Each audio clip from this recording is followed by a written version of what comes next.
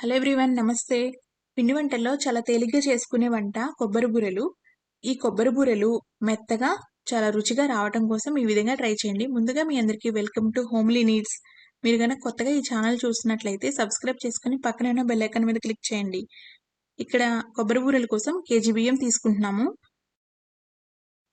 ఈ బియ్యాన్ని 2 సార్లు నీటితో శుభ్రంగా కడిగి గిన్నె నిండా కూడా నీరు పోసి రాత్రంతా నానబెట్టాలి. సుమారు 9-10 గంటల వరకు ఈ బియ్యం నానాలి. తెల్లారిన తర్వాత ఈ నీటినంతా కూడా వంపేసి మరొకసారి కడిగి చిల్లుల గిన్నెలో వడేసుకోవాలి. నీరు పోయిన తర్వాత బియ్యం తేమగా ఉన్నప్పుడే పిండి పట్టించుకోవాలి. ఈ పిండినంతా కూడా జల్లించి పక్కన పెట్టుకోండి. పిండిలో తేమ పోకుండా ఉండటం కోసం చేతితో గట్టిగా అదిమి పైన మూత పెట్టి పక్కనుంచండి. పిండి పట్టించిన తర్వాత గంటలోపే కొబ్బరి బూరెలు చేయాలి, లేదంటే పిండి పులిసిపోయిన వాసన వస్తుంది. ఇక్కడ కొబ్బరి బూరెల కోసం 2 కొబ్బరికాయలు తీసుకుంటున్నాము. ఈ 4 కొబ్బరి చిప్పల్లో కొబ్బరి మొత్తం కూడా ఈ విధంగా తీసి మిక్సర్ జార్లో వేసుకొని మెత్తగా పట్టుకోవాలి. కొబ్బరి ఎంత మెత్తగా ఉంటే బెల్లంలో అంత చక్కగా కలిసిపోతుంది. చూస్తున్నారు కదా, ఇంత మెత్తగా కొబ్బరిని పట్టుకోండి. ఇక్కడ ఈ కొబ్బరి తురుము సుమారు 1/4 కేజీ వరకు ఉంటుంది. మనం తీసుకున్న బియ్యం కేజీకి 1/4 కేజీ కొబ్బరి తురుముకి మనం 3/4 కేజీ బెల్లం తీసుకోవాలి. బెల్లాన్ని ఈ విధంగా దంచి అడుగు మందంగా ఉన్నటువంటి పాత్రలోకి తీసుకొని తగినన్ని నీళ్లు పోసి ఒకసారి కలిపి స్టవ్ మీద పెట్టండి. బెల్లం కరిగిన తర్వాత ఈ బెల్లం పాకాన్ని వడకట్టుకొని ఇదే గిన్నెలో మళ్ళొకసారి స్టవ్ మీద పెట్టండి. ఎందుకంటే నలకలు ఏమన్నా ఉంటే వడకట్టినప్పుడు నలకలు పోతాయి. ఈ వడకట్టిన బెల్లం పాకాన్ని మళ్ళీ స్టవ్ మీద పెట్టి చిక్కగా ఈ విధంగా పాకం అయ్యే వరకు ఉంచాలి.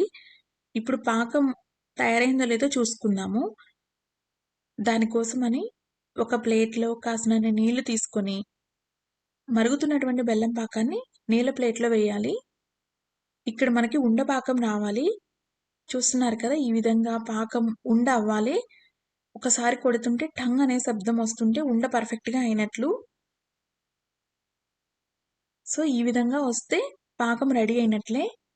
ఇప్పుడు ఇందులోకి కొబ్బరి తురుము వేసి అంతా కూడా ఒకసారి కలుపుకోవాలి. ఈ కొబ్బరి మొత్తం కూడా బెల్లంలో బాగా కరగాలి. ప్రతి 2 నిమిషాలకు ఒకసారి అడుగు మాడకుండా కలుపుతూ ఉండాలి.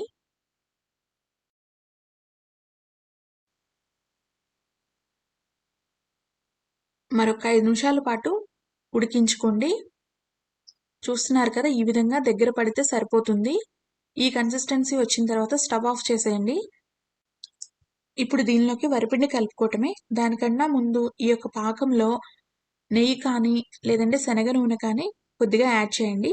తర్వాత ఇందులో జల్లించి పక్కన పెట్టినటువంటి వరిపిండిని కొద్ది కొద్దిగా ఈ విధంగా స్ప్రెడ్ చేసుకుంటూ వేయాలి. ఉండలుగా వేయకూడదు. మనం ఇక్కడ తీసుకున్న కేజీ బియ్యానికి వచ్చినటువంటి పిండి అంతా కూడా చక్కగా సరిపోతుంది. కొద్ది కొద్దిగా వేసుకుంటూ కలుపుకుంటూ ఉంటే మంచి కన్సిస్టెన్సీతో బూరెల పిండి వస్తుంది. చూస్తున్నారు కదా, ఈ విధంగా పిండి అంతా కూడా వేస్తూ కలుపుకోవాలి. చూస్తున్నారు కదా, ఈ చివరగా కొంత పిండి మాత్రమే మిగిలింది. ఈ పిండిని కూడా ఇందులో యాడ్ చేస్తున్నాము.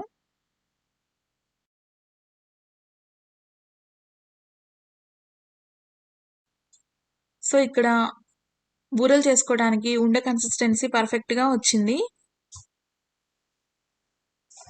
ఇక్కడ స్టవ్ మీద బాగానే పెట్టుకొని నూనె వేడి చేసుకోవాలి. నూనె వేడయ్యేలోపు పిండిని కొద్ది కొద్దిగా తీసుకుంటూ ఈ విధంగా ఉండలుగా తయారు చేసుకోవాలి. మొత్తం పిండి అంతా కూడా బయట పెట్టకూడదు, ఎందుకంటే గాలాడి పిండి బాగా గట్టిపడుతుంది.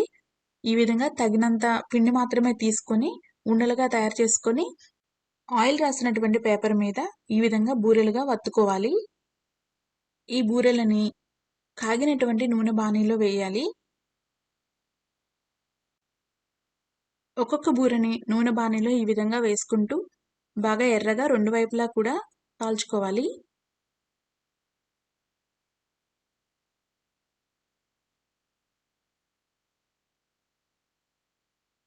చూస్తున్నారు కదా, 2 వైపులా ఈ విధంగా ఎర్రగా వచ్చే వరకు కూడా బూరెలన్నింటినీ కూడా కాలనివ్వాలి. నూనె అంతా కూడా ఇటువంటి గరిటె ద్వారా అయితే నూనె పీల్చకుండా మంచిగా బూరెలు వస్తాయి. ఇలా తీసిన బూరెలని ఒక చిల్లుల గిన్నెలో వేసుకోవటం వలన ఇంకేదైనా ఎక్సెస్ ఆయిల్ ఉంటే ఆ ఆయిల్ కూడా వెళ్ళిపోతుంది. చూస్తున్నారు కదా, ఈ విధంగా కింద ఉన్న గిన్నెలోకి ఆయిల్ ఇంకేమన్నా ఉంటే గనక వెళ్ళిపోతుంది. ఆయిల్ అనేది లేకుండా మెత్తగా రుచికరమైనటువంటి బూరెలు ఈ విధంగా తయారు చేసుకోండి. ఈ కొబ్బరి బూరెలు చల్లారిన తర్వాత స్టీల్ కంటైనర్లో స్టోర్ చేసుకోండి. చూస్తున్నారు కదా, బూరెలు మెత్తగా చాలా రుచిగా ఎంతో బాగా వచ్చాయి. తప్పకుండా ట్రై చేయండి. ఈ వీడియో మీకు నచ్చినట్లయితే లైక్ చేయండి, షేర్ చేయండి. ఇంకా సబ్స్క్రైబ్ చేసుకోకపోతే సబ్స్క్రైబ్ చేసుకోండి. Thank you for watching.